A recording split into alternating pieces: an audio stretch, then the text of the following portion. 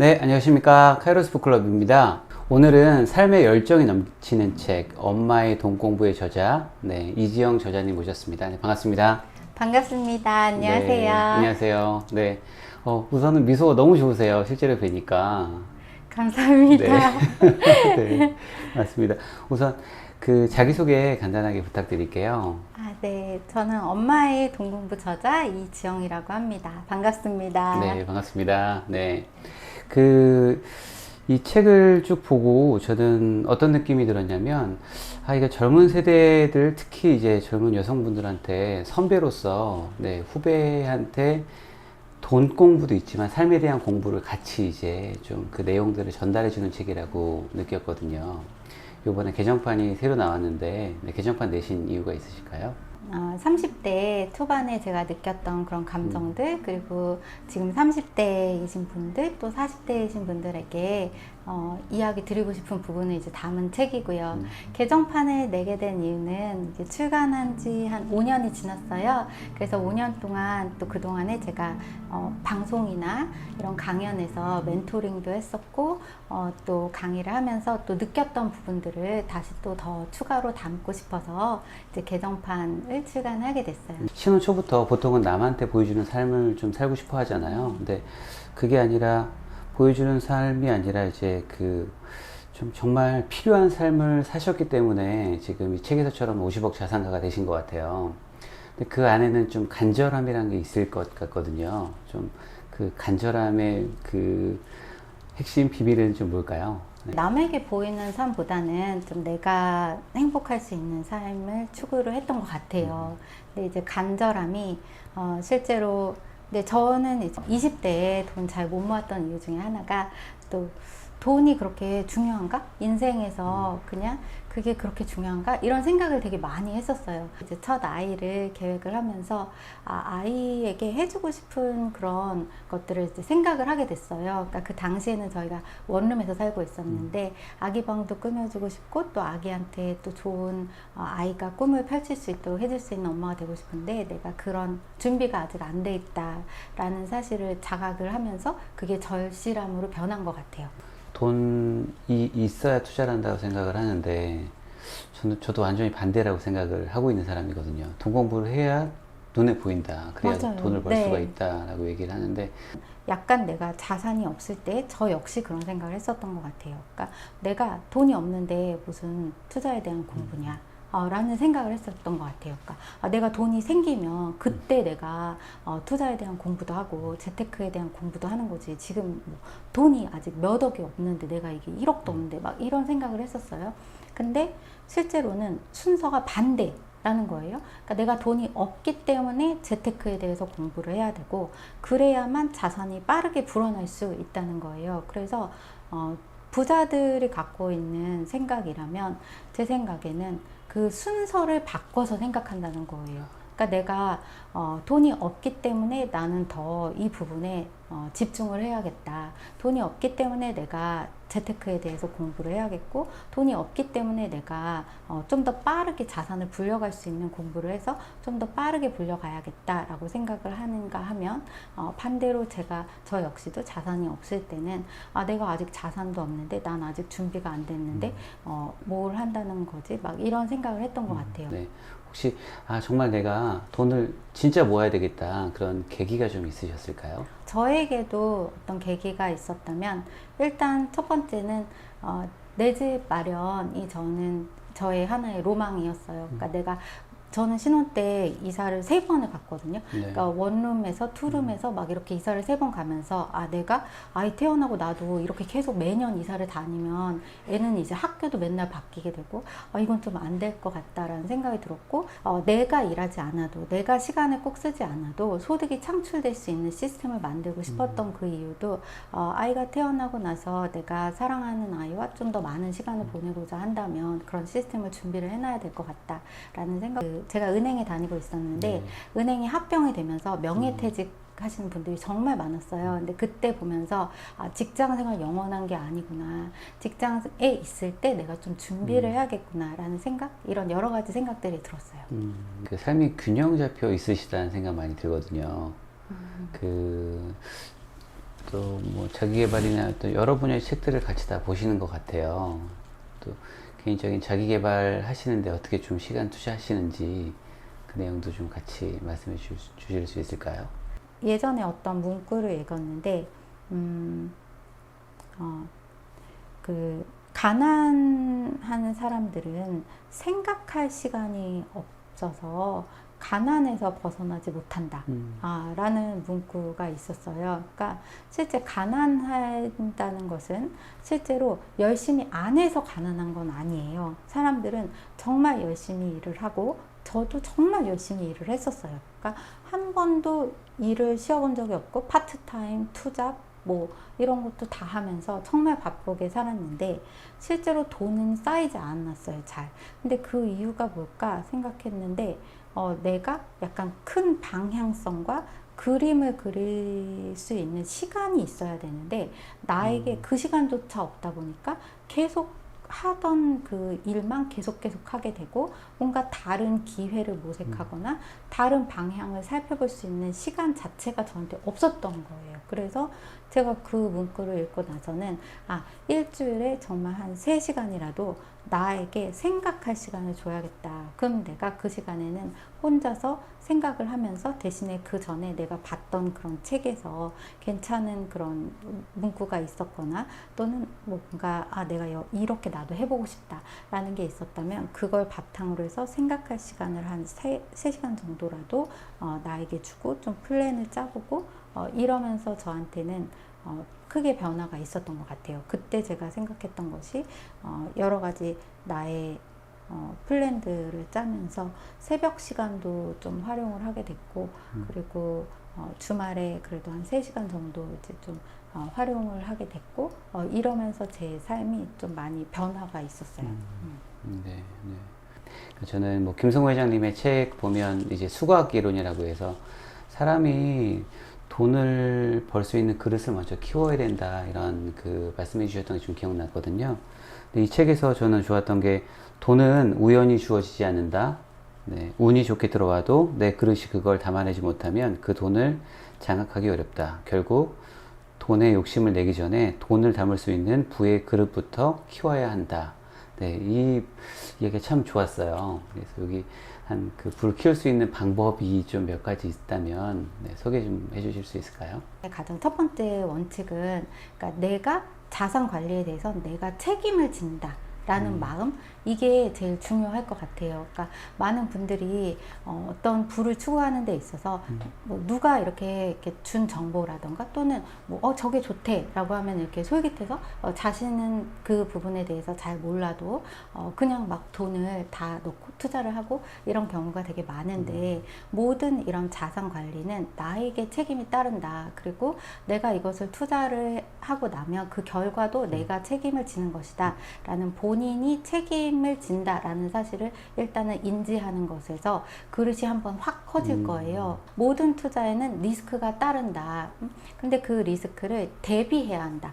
이것을 회피하려고 한다면 리스크가 없이 살려고 한다면 사실은 그게 가장 큰 리스크라고 저는 생각을 하거든요. 그러니까 내가 어느 정도의 이 정도의 리스크를 감당을 할 수 있는 그런 준비를 해야지 라고 생각을 하는 순간 부의 그릇이 커질 수가 있고 이건 너무 위험하니까 나는 그냥 안전한 것만 계속 하겠어. 그러니까 뭐 적금이나 예금에만 그냥 하겠어.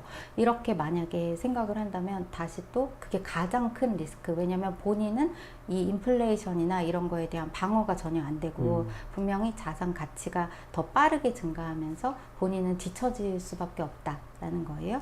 그 세 번째는 실행인 것 같아요. 아무리 내가 여러 가지 인지를 하고 뭐 깨우치고 여러 가지 이제 정보들을 듣는다고 해도 본인이 한 가지도 실행을 하지 않는다면 인생은 전혀 변하지 않고 그릇도 아마 그대로일 거예요. 그래서 작은 거라도 내가 할 수 있는 것을 한 걸음이라도 이렇게 내디뎌보는 그 실행으로 바꾸는 것, 이것인 것 같아요. 내가 왜 자산가가 돼야 되겠다 말씀해 주셨는데 또 하우에 대해서도 이제 좀 같이 이제 언급해 주셨어요. 그래서 그 저자님만의 좀 하우 어떻게 이제 자산을 좀 그 불려나가는 계획을 잡으셨는지 그 때문에 좀 들어볼 수 있을까요? 이 뭐 부동산도 처음에 이제 내 집 마련에서부터 시작을 했어요. 그래서 내 집을 마련할 때 내가 그래도 오를 수 있는 집을 찾아내야만 인플레이션과 이런 물가 상승에 그래도 반영이 돼서 나도 이익을 얻을 수가 있다는 거를 깨닫고 나서는 정말 아이 임신했을 때도 첫 집을 마련하려고 정말 많이 보러 다녔어요. 그래서 저희 아이 딱 태어나기 보름 전에 제가 첫 집을 마련을 했어요. 그래서 그때 이제 내 집 마련을 하고 그랬는데 저한테는 이제 부동산 투자가 저한테는 좀 좋았던 것이 내가 내 집을 마련을 하고 나서 이 집을 실제로 수리도 했어요. 그래서 수리를 하면서 가치를 높여놨더니 나중에 전세를 놓을 때도 훨씬 세게 놓을 수 있었고 또 매도를 할 때도 좋은 가격에 매도를 하면서 내가 뭔가 여기에 노력을 기울이면 그만큼 또 가치가 상승하는 게 저한테는 좀 흥미롭게 느껴졌고요. 그리고 나서는 또 그 하우에 있어서 또 하나는 자기의 몸값을 높이는 것이 포함이 된다고 생각을 해요. 그래서 내가 잘하는 부분들, 엄마들이라면 누구나 어떤 기로에 서게 되는데 이 경력이 단절되는 기로에 서게 돼요. 그러니까 아기를 돌봐줄 사람이 없으면 내가 일하다가 그만두고 이제 그냥 육아를 해야 되나 이런 시점이 오게 될 수도 있어요. 근데 그렇다고 할지라도 본인이 잘하는 그런 강점들이 다 있거든요. 그래서 저 같은 경우에는 이제 책을 읽는 것을 너무나 좋아했고 또 글 쓰는 것도 굉장히 좋아했어요. 그래서 글 쓰는 것으로 이제 책을 준비를 하기 시작했고 그게 이제 저한테는 이제 작가가 되면서 또 내 꿈을 펼칠 수 있게 해줬어요. 근데 주변을 보면 정말 뭐 본인이 패션에 굉장히 관심이 많다라고 하면 그걸로 시작해서 뭐 쇼핑몰을 할 수도 있겠고 아기를 키우면서도 뭐 아기 옷하고 엄마랑 막 커플룩으로 해서 하셔가지고 굉장히 큰 수익을 얻으신 분도 있고 엄마들이 본인의 강점이 있다면 그걸로 다시 또 돈으로 바꾸면서 또 자신의 하우를 발견할 수 있을 것 같아요. 워킹맘이든 아니면 전업주부든지 근데 그런 것 같아요. 실제 직장, 가정, 뭐 자기 개발하기도 쉽지가 않잖아요. 네, 근데 이제 투자에 대한 공부까지 한다는 게 뭐 내가 거기까지 해야 돼? 라고 생각하시는 분들도 많이 계실 것 같아요. 네. 하지만 아니잖아요. 네, 네. 해야 되잖아요. 네. 네, 그런 분들께 좀 해야 된다는 그 이유를 한번 좀 설명해 주신다 그러면 어떤 게 있을까요? 첫 번째로 제가 했던 일 중에 하나는 경제신문을 보기 시작했던 거예요. 당시에 제가 경제신문은 전혀 읽은 적이 없었어요. 저는 맨날 로맨스 소설만 읽고 이러고 있다가 어느 날부터 나도 좀 뭔가 재테크, 투자 이것 좀 알아봐야겠는데 막 이런 생각을 하고 나서는 실제 신문을 구독하기 시작했는데 사실 경제신문 구독해도 한 달에 2만 원도 안 돼요. 근데 일단 구독해서 처음에 되게 단어도 이런 것도 다 모르고 뜻도 잘 몰라도 일단 반복되는 얘기들이 계속 나오게 돼 있어요. 그래서 그러면서 하나씩 좀 용어나 또는 뭐 금리가 어떻게 변동이 되고 또는 부동산 시장에 대한 그런 동향이나 또는 기업 동향 이런 부분들을 내가 매일 조금씩 기사 하나라도 읽기 시작하는 것 이게 첫 번째일 것 같고요. 또 두 번째는 본인의 주변에서 좀 성공한 사람을 찾기 시작하는 것 이것도 되게 중요한 것 같아요. 그러니까 예를 들어서 저희 엄마 친구분 중에서도 재테크를 너무너무 잘하셔가지고 정말로 건물 주인이 되신 분이 있었어요. 근데 그분 얘기를 들을 때마다 예전에 저는 그분은 되게 투자도 잘해가지고 그러셨는데 뭐 거기서 끝났었어요. 근데 제가 좀 투자 공부해야겠다 생각하고 나서는 그 어머님 친구한테 제가 식사 대접을 하고 싶다고 했었어요. 그래갖고 식사 대접을 했는데 그때 그분은 이미 빌딩도 갖고 있었고 실제 고시원도 이제 몇 개 운영을 하고 계셨어요. 그러면서 제가 이 새로운 세상에 있는 거구나 라는 걸 되게 깨달았고 그분도 저를 되게 귀여워하셨어요. 초기에 투자하신 게 뭐 주식도 말씀하셨지만 그 부동산 임대 사업으로 결정을 하신 거잖아요. 이 분야로 좀 결정하게 된 계기나 이유가 좀 있으실까요? 좀 더 안정성이 있는 부동산 투자를 해야겠다라는 생각을 하게 됐어요. 근데 그 중에 제가 느꼈던 건 부동산이 내 집 마련에서부터 일단은 첫 단추가 굉장히 중요해서 내 집을 제대로 마련하고 나면 그 가치가 상승하게 되면 그 다음에 또 나에게 다른 이제 투자 수익을 통해서 다른 걸 해볼 수 있는 기회들이 굉장히 많이 생기게 됐고요. 초반에는 주거용 부동산으로 시작을 하는 걸 권해드리고 싶어요. 그러니까 왜냐하면 주거용, 예를 들어서 사람들이 이렇게 사는 이런 주거용 아파트 같은 경우에는 내가 크게 뭐 리스크가 공실이 난다거나 그런 리스크가 그렇게 크지는 않아요. 그래서 주거용을 통해서, 주거용 부동산을 통해서 본인이 어느 정도의 감각을 쌓은 다음에는 수익형으로, 특히 요즘에는 이제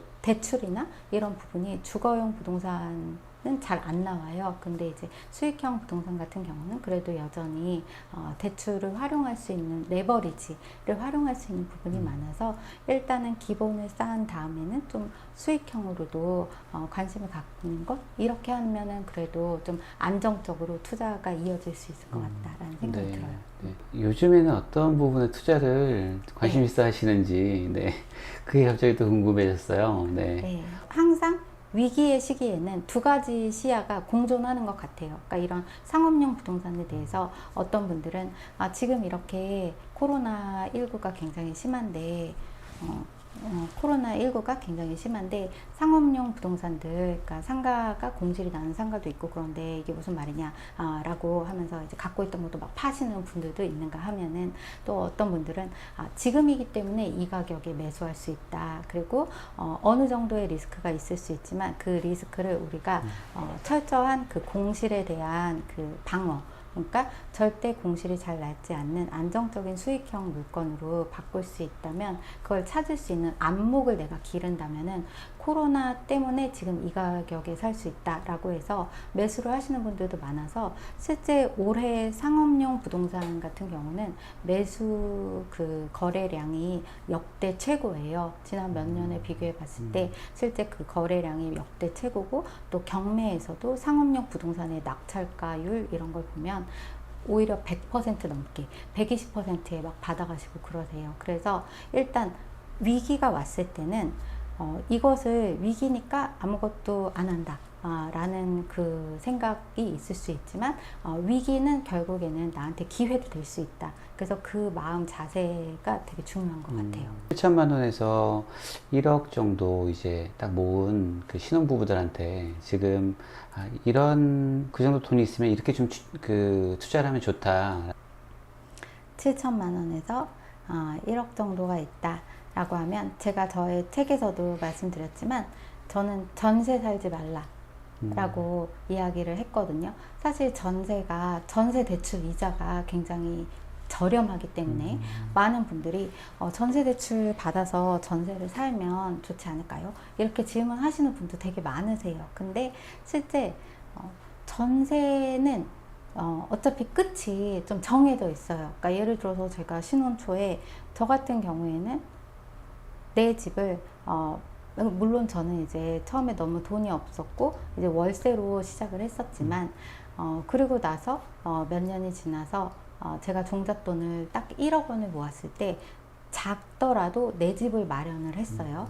근데 저 같은 경우에는 24평으로 제 집을 마련했었는데, 그때 제 친구 중에는 그 전세 대출을 받아가지고 32평에 굉장히 새 아파트에 살고 있는 친구가 있었어요. 그래서 그 친구랑 저랑 동시에 다른 선택을 한 거죠. 근데 당시에는 그 친구가 되게 부럽기도 했어요. 그러니까 굉장히 새 아파트에 32평에 그래도 굉장히 좋은 아파트에 살고 있었단 말이에요. 전세라도.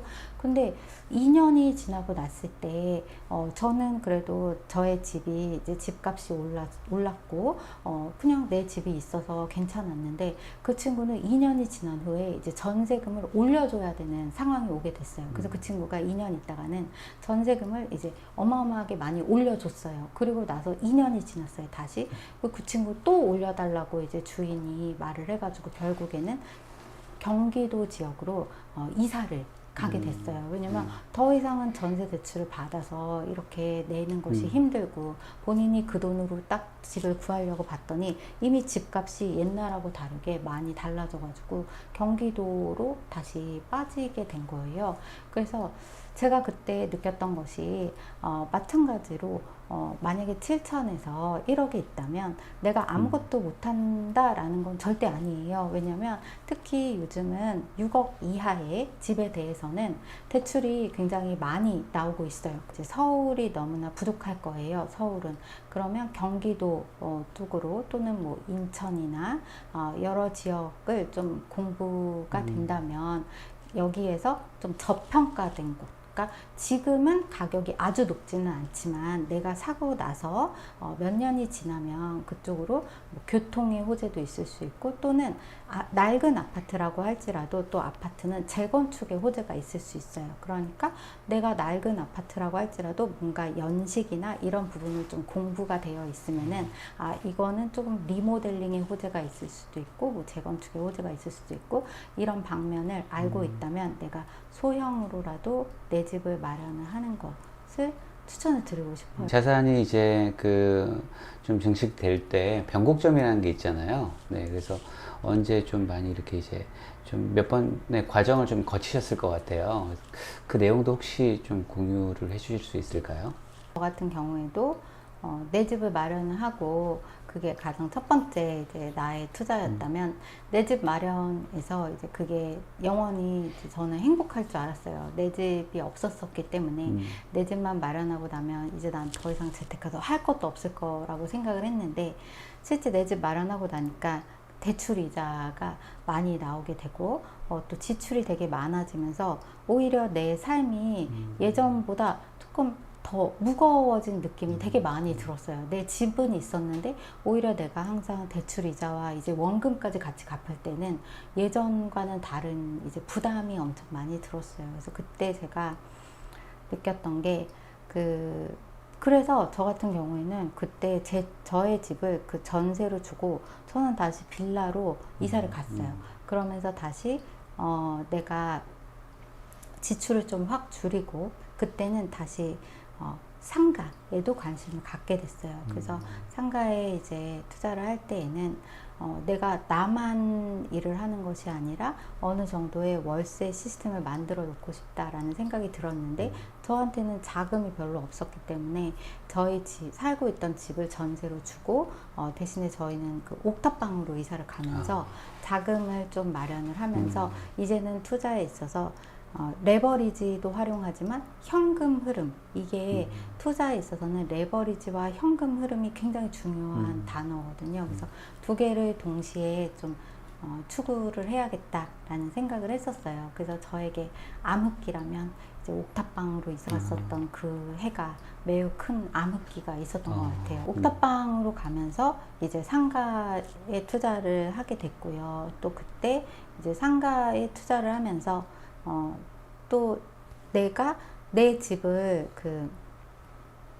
다시 또 마련을 하게 됐어요. 그래서 그때 이제 예를 들어서 내 집을 마련을 할 때도 그 전까지는 내가 들어가서 살아야 되기 때문에 여러 가지 감안해야 될 게 너무나 많았어요. 그러니까 어떤 투자적인 요소 말고도 뭐 직장에서 가까워야 하고 뭐 친정에서 그래도 좀 멀지 않아야 되고 또 여러 가지 제가 고민해야 될 부분들이 되게 많았는데 당시에 이제 이사를 그냥 깔끔하게 옥탑방으로 가고 자금이 생기면서 현금 흐름이 창출될 수 있도록 이제 상가도 투자를 했고 그 다음에는 내가 그래도 자산 가치가 오를 수 있는 지역이다 라고 생각하는 곳으로 투자를 할 수 있게 됐어요. 왜냐면 거주와 투자가 분리가 된 거죠. 그래서 이런 부분도 굉장히 중요한 요소 중에 하나인 것 같아요. 그 5대 3대 2 이렇게 법칙이 나오더라고요. 그래서 절반은 저축을 하셨었고요. 그렇죠? 그리고 그 생활비로 이제 3을 쓰셨고 그다음에 나를 위해서 2를 쓰셨다고 이렇게 적어주셨는데 이제 어떻게 하면 이렇게 할 수 있다. 네, 이미 하셨으니까요.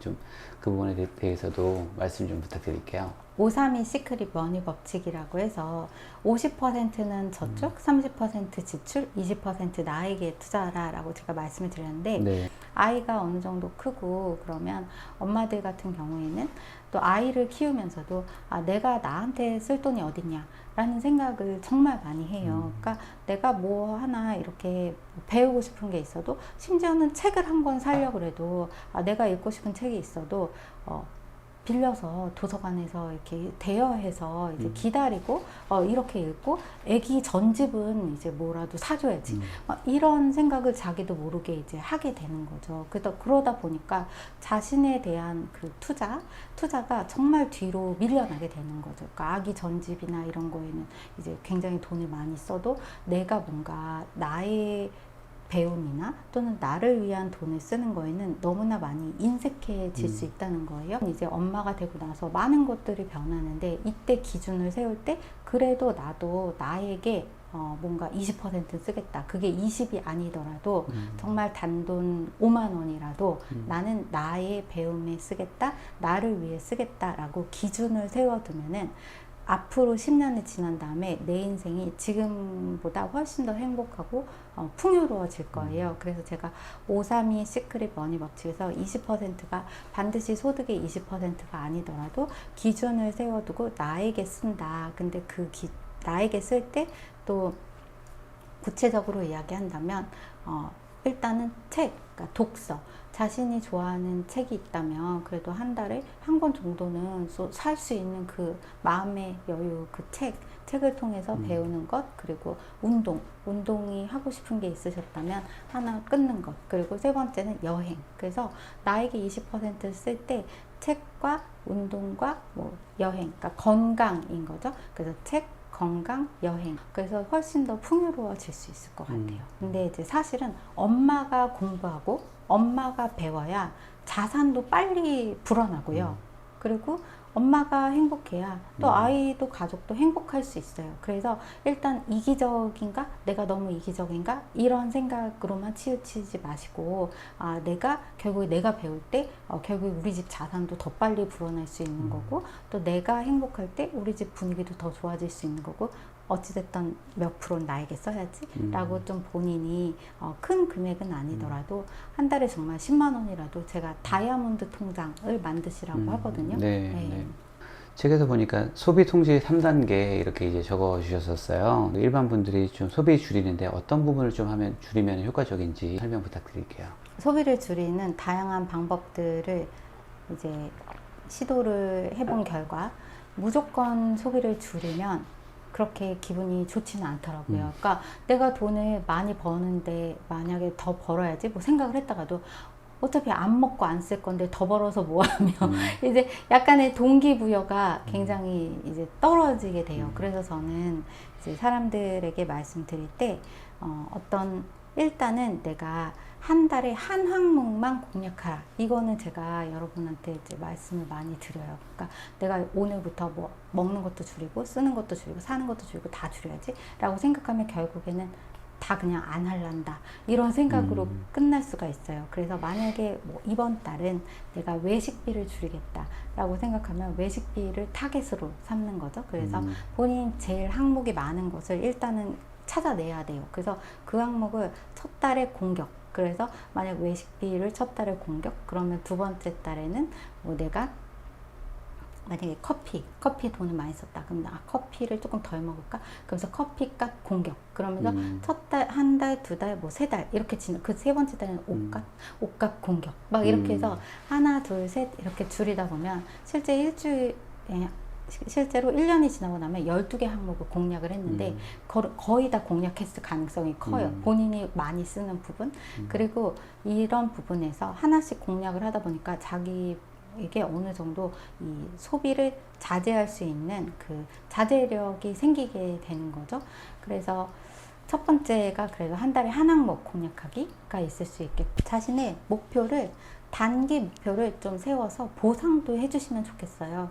엄마들도 사실 잘 갖고 싶은 게 있을 수 있거든요. 제가 예전에 방송을 하다 보니까 어떤 엄마가 있으셨는데 그분은 주부였는데 매일 그렇게 홈쇼핑을 그렇게 많이 하시는 거예요. 근데 이제 홈쇼핑으로 여러 개를 막 이렇게 주문을 하고 막 이러면서 그 이유가 뭐냐면 약간의 마음의 공허함이 있을 수 있어요. 그러니까 내가 여러 가지를 사지만 결국에는 내가 실제 갖고 싶은 거는 잘 못 가졌던 거죠.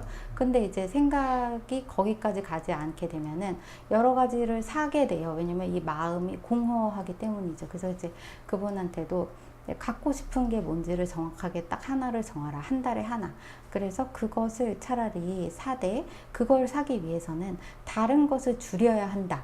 라는 그 미션을 드렸어요. 그래서 실제로 그분은 갖고 싶은 게 뭐 사람마다 다를 수 있는데 그분은 뭐 하나의 그 귀걸이 같은 게 하나 갖고 싶었는데 남편한테 사달라고 했는데 안 사줬대요.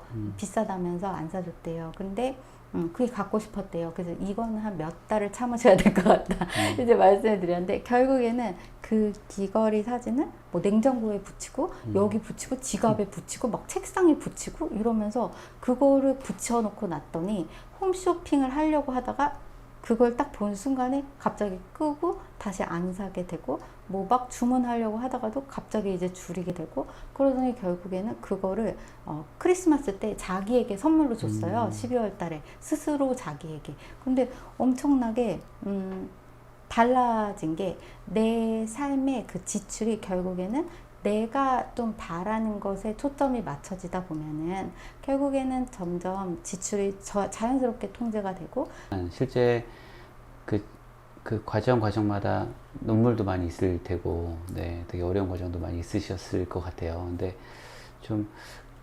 되게 좀 힘들었는데 되게 잘 내가 이겨냈다라고 생각하는 그런 뭐 과정이 한두 개쯤 있지 않을까 생각 드는데 좀 어떤 게 있을까요?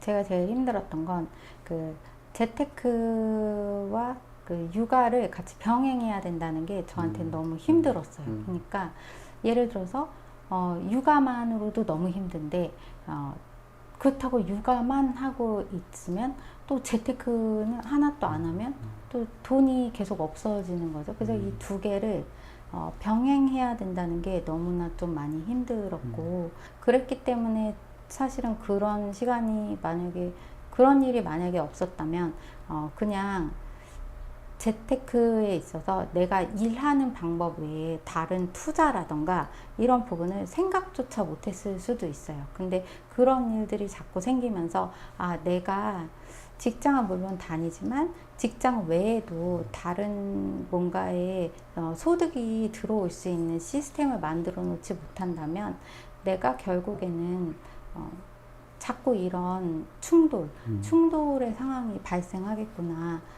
라는 생각이 많이 들었던 것 같아요. 힘든 시기도 있었지만 그게 이제 선순환 구조로 또 이제 바뀌는 시기가 있으셨을 것 같아요. 또 그러면서 이제 직업도 이제 이제는 안 다녀도 되겠다 그 타이밍이 있으셨을 것 같은데 그 타이밍은 좀 언제 오셨어요?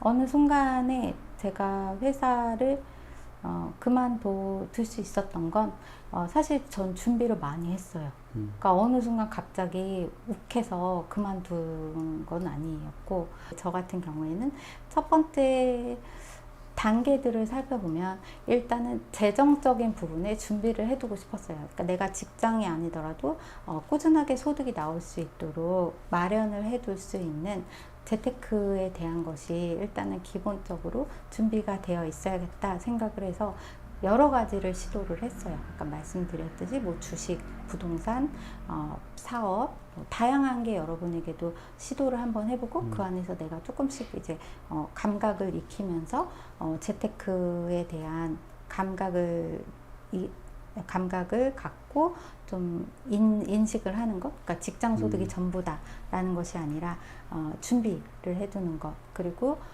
두 번째는 저 같은 경우엔 직장에 있으면서 좀 앞으로 내가 뭘 하고 싶은지 생각을 많이 했어요. 그래서 저는 그때 이제 제 은행에 있었기 때문에 재테크에 대한 그 돈, 금융에 대한 금융에 대한 관심이 많았고 금융에 대한 책을 써보고 싶다라는 생각을 했었어요. 그래서 내가 지금 관심 있는 분야 또는 하고 있는 일이 있다면 거기서 꼭 어딘가에 소속되어 있지 않아도 내가 수익을 창출해낼 수 있는 방법이 뭔지를 고민해 보는 것이 될 것 같아요. 그래서 그때 제가 이제 여러 가지 이제 다양한 시도들을 이제 했었고, 그래서 준비가 되고 나면 한 30% 정도 준비가 되었다면은 제 생각에는 한번 도전을 해보는 것도 도전을 해보는 게 좋을 것 같아요. 각 분야별로 이 책은 정말 너무 좋았다라는 책 추천해 주신다면 어떤 게 있을까요? 부자 아빠 가난한 아빠라는 책이 저한테는 일단 재테크에 있어서는 굉장히 획기적인 그 변화를 준 책이에요. 그러니까 그 전까지 이제 부자 아빠 가난한 아빠 책을 읽기 전까지는 사람들이, 그러니까 예를 들어서 생각하는 그 루틴이 있단 말이에요. 그러니까 열심히 직장 생활을 하고 일을 되게 열심히 하고 절약을 하고 안 먹고 안 쓰고 그렇게 모으고 내 집을 마련하고 그때부터는 대출금을 갚기 위해서 앞으로의 평생을 계속 그 담보 대출을 갚기 위해서 계속 노력을 하고 아이들이 크고 교육비가 들어가고 나는 나이가 들고 그 상황에서 어떻게 벗어나야 될지도 모르고 그것이 잘못되어 있다라는 것조차도 전 느끼지 못했어요. 근데 부자 아빠 가난한 아빠를 이제 읽으면서 제가 그 자산과 부채의 차이점을 깨닫게 됐어요. 그러니까 이 집이라는 것이 나는 자산이라고 생각하지만 결국 자산이 아닐 수도 있다라는 거죠. 나에게 오히려 나를 그 끊임없이 일하게 하고 담보대출 이자 몇 억을 갚기 위해서 나는 그때부터 계속 일을 해야 되는 그 구조로 나를 빠뜨려 버리는 것일 수도 있어요. 그래서 제가 부자 아빠 가난한 아빠 책을 읽으면서 자산과 부채의 차이점을 좀 깨닫게 됐고, 또 부자 아빠 가난한 아빠를 읽으면서 어떤 그 재테크의 다양한 재테크에 있어서 그 시스템이 되게 중요하다는 걸 알게 됐어요. 그러니까 부자 아빠 가난한 아빠 책에 보면은 어떤 부동산 투자에 대한 이야기도 있지만 또 내가 일하지 않아도 들어올 수 있는 어떤 주식에서도 뭐 배당금이 굉장히 많이 나오는 주식에 대한 투자도 있을 수 있고, 또 그 다음 비즈니스에 대한 이야기도 나오고 다양한 이야기들이 나오는데 그게 저한테는 도움이 굉장히 많이 됐어요. 그래서 부자 아빠와 가난한 아빠의 인식의 차이, 부자 아빠는 제가 제일 좀 되게 인상적이었던 건 부자 아빠, 가난한 아빠 중에서 본인의 가난한 아빠는 자녀에게 이렇게 얘기를 했었대요. 너네들 때문에 돈이 안 모인다. 자식들 때문에 돈이 안 모인다. 내가 그래서 이렇게 돈이 없는 거다. 니네 키운다고 막 이렇게 이야기를 하셨대요. 근데 부자 아빠는 니네들 때문에 내가 돈을 더 벌게 됐고 니네들 때문에 나는 더 부자가 될 수 있었다. 라고 얘기를 했대요. 근데 실제 저도 어느 순간에 나는 어떤 방향으로 가야 되지? 라는 생각을 하면서 인식을 많이 바꾸게 됐어요. 그리고 부자 아빠 가난한 아빠라는 책이 저는 굉장히 좋은 책 중에 하나였고, 또 부의 추월차선이라는 책도 추천드리고 싶어요. 그러니까 부자로 가는 길에는 그러니까 추월차선이 있고 서행차선이 있고 인도가 있다. 근데 인도란 본인이 걷는 건데 걷지 않으면 결코 갈 수가 없는 건데 서행차선과 추월차선은 뭐가 있을까? 이제 그 부분도 저에게는 되게 좋은 책이었어요. 그리고 자기계발서 중에서는 저는 다양한 너무나 많은 책이 있지만 또 꼭 엄마들에게는 꿈이 있는 아내는 늙지 않는다라는 책을 좀 추천을 드리고 싶어요. 그래서 엄마가 되고 나서도 내가 계속 내가 원하는 삶이 어떤 것인지 계속 꿈꿀 수 있다면 본인도 행복해지고 또 가족도 행복해질 수 있다라는 생각이 들어요. 그래서 이 책도 추천해 드리고 싶고, 또 김진애 박사님의 한 번은 독해져라 라는 책도 저는 굉장히 좋았어요. 그러니까 사람들이 다 힘들지 않은 사람은 별로 없어요. 되게 독해 보이고 엄청나게 힘든 일이 없는 것 같은 사람도 사실은 마음이 매우 힘들 수 있고, 그리고 누구나 다 그런 힘든 시기를 지나오는데 그 한 번은 독해져라 라는 책을 보면 작가님이 실제로 힘들었던 경험, 그 힘들었던 마음들이 되게 잘 나타나 있어요. 그러면서 굉장히 여러분이 공감과 그 위로를 많이 받을 수 있어요. 근데 결론적으로는 그래도 한 번은 다시 해봐야 된다. 그러니까 힘을 내봐야겠다 라는 생각이 들어서 그 책도 저한테는 되게 도움이 많이 됐던 것 같아요.